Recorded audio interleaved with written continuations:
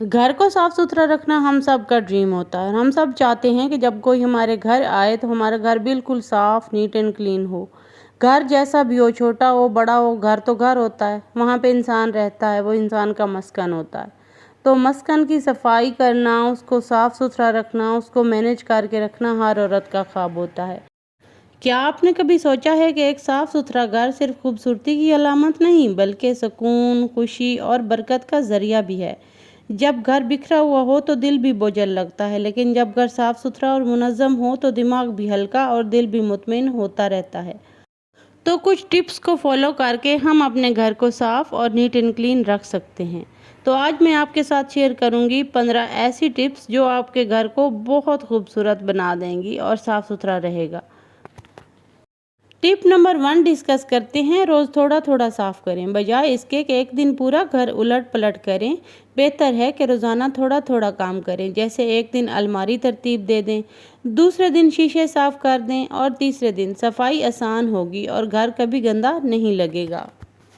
دوسری ٹپ، ایک چیز ایک جگہ کا اصول بنائیں۔ ہر چیز کی اپنی جگہ مقرر کریں، کھلونے، کپڑے، کتابیں، سب کا ایک کونا ہو۔ جب چیز استعمال کریں تو واپس وہیں رکھیں۔ یہ چھوٹی سی عادت گھر کو ہمیشہ تازہ اور پرسکون رکھتی ہے اور آپ کا گھر ہر ٹائم مینیج رہتا ہے۔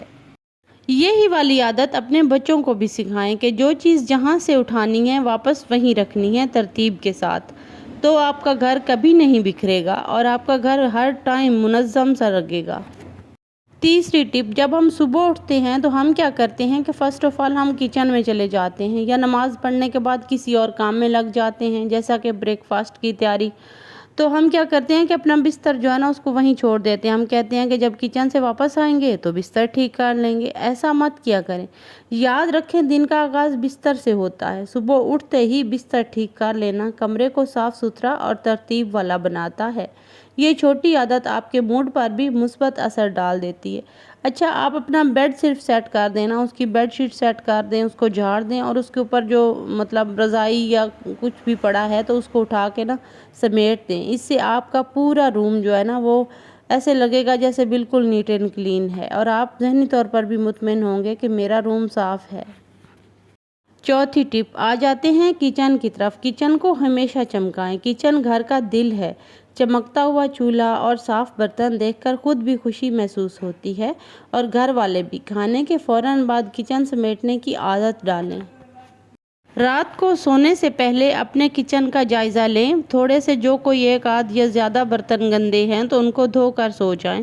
اس کے بعد کچن میں اگر تھوڑا سا بھی میس کریٹ کیا ہوا ہے آپ نے تو وہ سارا کلیئر کر کے سوئیں۔ صبح جب آپ اٹھیں گے تو آپ کا کچن بھی اچھا لگ رہا ہوگا اور آپ کو ناشتہ بنانے میں بھی اچھا لگے گا۔ اس کے بعد آ جاتے ہیں کپڑوں کی ترتیب کی طرف۔ الماری میں ترتیب سے فولڈ کیے ہوئے کپڑے اور لانڈری باکس میں الگ رکھے ہوئے استعمال شدہ کپڑے، یہ دونوں چیزیں گھر کی صفائی کا آدھا کام مکمل کر دیتی ہیں۔ یقین مانیں بکھرے ہوئے کپڑے، ادھر ادھر کپڑے بکھرے ہوئے ہوں تو ایسے لگتا ہے پورا گھر بکھرا ہوا ہے۔ تو ہمیشہ کپڑوں کو ترتیب سے رکھیں اور ان کو سنبھال کے رکھیں۔ جو کپڑے آپ نے واش کیے ہیں گھر پہ ان کو ترتیب سے سنبھال کے سمیٹ کے الماری میں رکھ دیں۔ جو کپڑے باہر سے دھلوانے والے ہیں ان کو آپ ایک باکس میں یا کسی ٹوکری وغیرہ میں ڈال کے سائڈ پہ رکھ دیں۔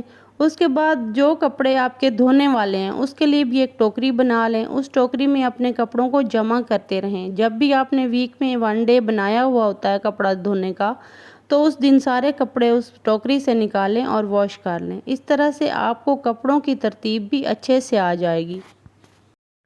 چھٹا پوائنٹ، روز جھاڑو اور ہفتے میں ایک بار پوچھا۔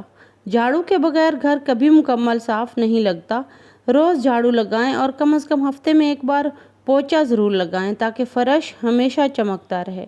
اچھا، کچھ لوگوں کے گھر ڈسٹ بہت زیادہ آتی ہے اور کچھ لوگ صاف صفائی اتنی زیادہ رکھتے ہیں کہ فیل نہیں ہوتا کہ یہاں ڈسٹ آتی بھی ہے کہ نہیں۔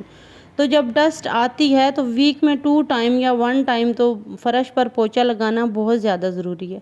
اس سے آپ کا فرش چمکتا رہے گا اور جھاڑو تو آف کورس ہم ڈیلی لگاتے ہیں تو پھر تھوڑا سا اس میں ہفتے میں 2 ٹائم اگر ہم پوچھا لگاتے ہیں تو ایسے صفائی کرنا بھی آسان ہو جاتا ہے اور ہمارا گھر صاف ستھرا لگنے لگتا ہے۔